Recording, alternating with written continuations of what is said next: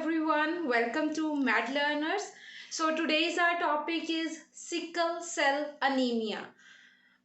Basically सबसे पहले पता होना चाहिए सिकल क्या होता है.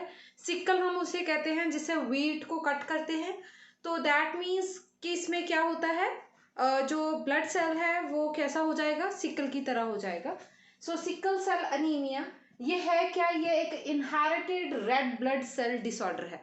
इनहेरिटेड मीन्स जो हमें पेरेंट्स से मिलता है.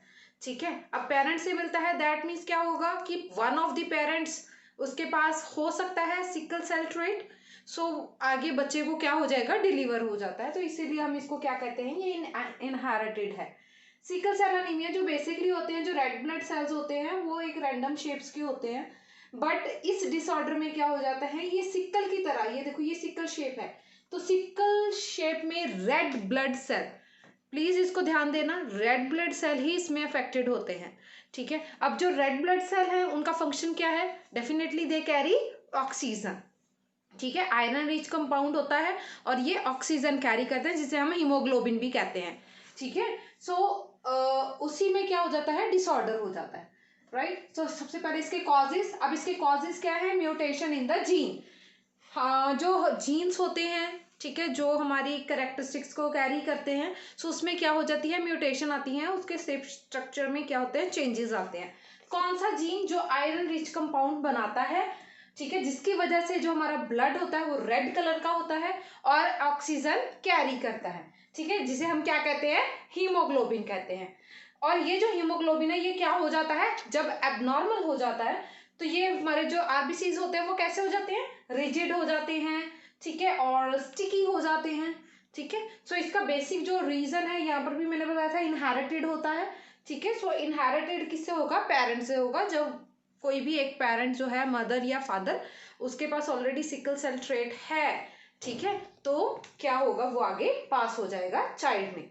Now comes to the symptoms. अब इसके सिम्टम्स क्या हैं. सो बेसिकली जो इसके सिम्टम्स हैं वो कब अपीयर होते हैं, जब जो बेबी है वो 5 मंथ्स का होता है. ठीक है, 5 मंथ्स ऑफ एज पर ये अपीयर हो जाते हैं. सबसे पहला जो इसका सिम्टम है दैट इज अनीमिया. ठीक है, अब अनीमिया कैसे, नॉर्मल जो आरबीसी होते हैं उसका लाइफ स्पैन कितना होता है, 120 डेज का होता है. अब क्योंकि ये अफेक्टेड हो चुके हैं आरबीसीज, सिकल ब्लड सेल ही हम इसे कहेंगे, तो ये जो सिकल ब्लड सेल है इनका कितना होता है लाइफ स्पैन, ये सिर्फ 10 to 20 डेज के लिए होता है. उसके बाद ये ब्रेक डाउन होने स्टार्ट हो जाते हैं. अब अगर ये ब्रेक डाउन होंगे तो ब्लड कैसे बनेगा, राइट. सो जो है कि ब्लड में इनकी कंसिस्टेंसी क्या हो जाती है, कम होने लग जाती है, जिसकी वजह से क्या होता है, अनीमिया होता है. सेकेंड होता है एपिसोड्स ऑफ पेन. अब इसमें क्या होता है, अब ये जो सिकल है, ठीक है, ये तो छोटी से छोटी ब्लड वेसल से भी पास आउट कर जाएंगे, बट ये जो सिकल होता है, ये सिकल यूजुअली क्या करता है, ब्लॉकेज क्रिएट कर देता है. ठीक है, अब देखो इसकी शेप ही इसकी ऐसी है, तो अगर कोई छोटी वेसल होगी तो उसमें ये क्या करेगा, डेफिनेटली इट विल ब्लॉक. ठीक है, अब जब ब्लॉकेज होगी तो क्या होगा, ब्लॉकेज हुई, ब्लड पास नहीं हुआ, ब्लड पास नहीं हुआ तो उस ऑर्गन को ब्लड प्रॉपर से सप्लाई नहीं हुआ, ऑक्सीजन भी सप्लाई नहीं हुई, न्यूट्रिएंट्स चाहिए थे वो भी सप्लाई नहीं हुए. अब इसमें कौन सा बेसिकली आ जाते हैं, पेशेंट को चेस्ट, एब्डोमेन और जॉइंट्स में पेन फील होती है. So this is the second symptom. Third one is swelling of hand and feet. Same वही इसका रीजन है, क्यों स्वेलिंग हो रही है, ब्लॉकेज के कारण हो रही है. मे बी जो वेसल्स हैं जो हैंड और फीट को जा रही हैं उसमें क्या है, ब्लॉकेज हो चुकी है सिकल सेल की वजह से. Fourth is frequent infections. ये जो सिकल सेल अनीमिया है ये ज़्यादा क्या होता है, इस कंडीशन में जो पेशेंट का जो स्प्लीन है वो डैमेज होने के चांसेस ज़्यादा होते हैं. अब जब स्प्लीन जो है डैमेज हो गया, ठीक है, आरबीसीज आगे प्रोड्यूस नहीं हो रहे, जो पेशेंट है इट ही गेट प्रोन टू इन्फेक्शंस. तभी जब बच्चे के बर्थ के ड्यूरिंग या उसकी इन्फेंसी पीरियड में डॉक्टर्स उसको जो है पेंसिलिन के इंजेक्शंस वगैरह लगाते हैं. क्यों लगाते हैं, so that to prevent him from pneumonia. Next is delayed growth और प्यूबर्टी. डेफिनेटली ये वही बच्चे होते हैं जिनकी ग्रोथ भी प्रॉपरली नहीं होती. क्यों नहीं हुई, क्योंकि उनको न्यूट्रिएंट्स नहीं पहुंचे. ठीक है, जो अनीमिया है ऑलरेडी, सो प्यूबर्टी भी जो टीनेजर्स में जाकर इनकी जो प्यूबर्टी है वो भी लेट होती है. Next is the vision problems. Vision problems क्यों विजन प्रॉब्लम्स? जो ब्लड वेसल्स हैं जो रेटिना को जा रही हैं वहां पर भी ब्लॉकेज, मेन इसका ब्लॉकेज ही होगी, क्योंकि सिकल सेल की शेप ही ऐसी है, it will block down the vessels. तो अगर ये रेटिना को जो ब्लड वेसल्स जा रही हैं उसको इसने ब्लॉक कर दिया तो फिर क्या होगा, ये प्रॉपरली ब्लड सप्लाई नहीं होगा। सो उसकी वजह से बच्चे को क्या हो सकती हैं, विजन प्रॉब्लम्स हो सकती हैं। So this was all about symptom. So next is the complications. Complications means अगर डिसऑर्डर जो है वो सही टाइम पर नहीं उसको ट्रीटमेंट मिला तो उसके आगे कॉन्सिक्वेंसेस क्या हो सकते हैं। तो फर्स्ट वन इज स्ट्रोक। अब क्योंकि ये सारा जो डिसऑर्डर है ये बेस्ड है आरबीसी के सिकल होने पर, और उसकी वजह से जो ब्लॉकेज होती है, ब्लॉकेज हुई तो ब्लड सप्लाई नहीं हुआ। अब अगर सबसे पहला जो है ब्रेन को क्या हो सकता है, स्ट्रोक हो सकता है, क्योंकि ब्रेन को अगर सप्लाई नहीं हुई ब्लड की तो उसकी वजह से क्या होगा, सीजर्स मीन्स दौरे पड़ सकते हैं, वीकनेस, नमनेस, ठीक है, और सडन स्पीच डिफिकल्टीज, पेशेंट को क्या होगी, स्पीच डिफिकल्टीज होंगी, एंड लॉस ऑफ कॉन्शियसनेस भी हो सकता है इसमें। Second one is acute chest syndrome. ठीक है, तो अगेन वही इसकी पैथोफिजियोलॉजी है कि क्यों चेस्ट सिंड्रोम हुआ, बिकॉज ऑलरेडी क्या है वो इन्फेक्शन के प्रोन है, वनरेबल है, प्लस ब्लड सप्लाई नहीं हो रही तो चेस्ट सिंड्रोम हो सकता है। थर्ड वन, और इसमें क्या होगा, उसको ब्रेथनेस की प्रॉब्लम ज़्यादा होगी, फटीग्ड होगा, और जो होगी लैक ऑफ ब्रेथनेस होगी। Pulmonary hypertension. सो हाइपरटेंशन ये वो पेशेंट्स होते हैं, ये अडल्टहुड में अगर स्पेशली बात करूं तो हाइपरटेंशन इनको ज़्यादा होती है, यानी कि इनका ब्लड प्रेशर ज़्यादा होता है। क्यों ज़्यादा होता है, same reason is there, blockage है तो जो ब्लड है उसको एक्सेसिव प्रेशर लगता है, सो इनका जो होता है ब्लड प्रेशर भी ज़्यादा होता है। ऑर्गन डैमेज जैसे kidney, liver, spleen, organ damage, definitely blood नहीं पहुंचेगा तो डैमेज ही होंगे वो। Next is the blindness. Blindness जैसे अभी बताया था कि जो रेटिना है उसको ब्लड सप्लाई नहीं पहुंचती, रेटिना क्या करता है, विजुअल को फॉर्म करता है, उसको प्रोसेस करता है। सो अगर रेटिना को ब्लड नहीं पहुंचेगा तो क्या होगा, उससे अल्टीमेटली ब्लाइंडनेस हो सकती है। Next are the leg ulcers. Ulcers हो सकते हैं।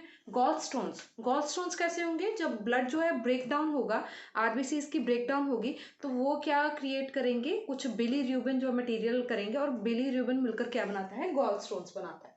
Next are the pregnancy complications. Pregnancy complications में क्या हो सकता है, सच एज मिसकैरेज हो सकता है मदर को, लाइक अबॉर्शन हो सकता है, प्रीमेच्योर बर्थ हो सकता है, या जो बेबी है वो लो बर्थ वेट बेबी भी हो सकता है। सो अभी हम पढ़ेंगे डायग्नोसिस के बारे में। डायग्नोसिस मीन्स कि जो ब्लड डिसऑर्डर है इसको डिटेक्ट करना कैसे है। क्योंकि ये ब्लड डिसऑर्डर है तो सबसे पहले इसको कैसे चेक किया जा सकता है, ब्लड सैंपल से। पेशेंट का ब्लड सैंपल लिया, ठीक है, सो उसमें क्या मिलेंगे हमें, डिफेक्टिव हीमोग्लोबिन्स, ठीक है। Second one is test before birth. जो अभी मैंने बताया था जैसे इनहेरिटेड है, तो अनबॉर्न बेबी के जो एमनियोटिक फ्लूइड है जिसमें बेबी होता है मदर की वोम में, सो एमनियोटिक फ्लूइड का सैंपल लेकर भी चेक किया जा सकता है कि बच्चा एट रिस्क है या नहीं है। Next come to its prevention. अभी बताया था जैसे मैंने कि पेंसिलिन जो है एंटीबायोटिक इसको दिए जाते हैं सो दैट कि बच्चे को इन्फेक्शन ना हो। 2 मंथ से लेकर 5 ईयर्स तक इसको दिया जाता है। अगर अडल्टहुड में है तो ये प्रॉब्लम है, सो ये लॉन्ग टर्म के लिए भी चल सकते हैं। Next is the vaccinations. Vaccinations are really very important for these kind of children, such as pneumonia, meningitis, और कुछ फ्लू जो होते हैं, एनुअल फ्लू डॉट्स होती हैं, ये पेशेंट्स को देनी ही पड़ती हैं इसमें। Next are the surgical procedures. So पहला जो है that is the blood transfusion. So blood transfusion एक ईजी वे है। इसमें क्या है कि जो ब्लड डेड हो चुके हैं, ब्लड डेड सेल्स जो हैं डेड हो चुके हैं, उनको जस्ट एक रिप्लेस किया जा रहा है हेल्दी वंस के साथ। And second one is the stem cell transplant. जो बोन मैरो डिफेक्टिव है उसको रिप्लेस किया जाता है हेल्दी से। अब ये बोन मैरो सिबलिंग की भी हो सकती है, डोनर जो है उसकी मैच करनी चाहिए, ठीक है। So that is the stem cell transplant.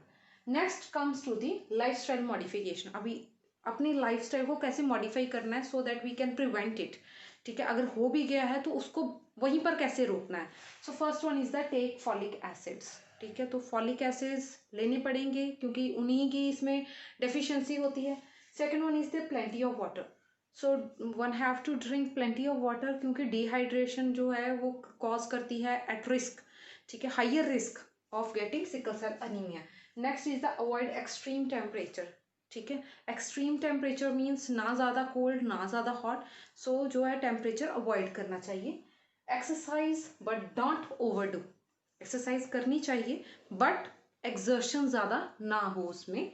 Next is the don't smoke. Definitely जो स्मोकिंग है ये भी क्या करती है, इट कॉज इट हिंडर, ठीक है, ये हिंड्रेंस कॉज करती है। So it is not really very good for the health. So ये सारे हैं जो लाइफस्टाइल मॉडिफाई करना पड़ता है। सो सिकल सेल अनीमिया के बारे में हमने पढ़ा। ज़्यादा ये बच्चों में होता है। बच्चों में क्यों होता है? Because it is the inherited one, ठीक है, और इसकी स्क्रीनिंग करवानी पड़ती है तब जाकर डिटेक्ट होता है। हाँ, अगर बच्चा पेन की शिकायत कर रहा है और he is suffering from fever, ठीक है, क्योंकि इन्फेक्शन है तो फीवर होगा, फर्स्ट जो है वो फीवर ही होगा उसको।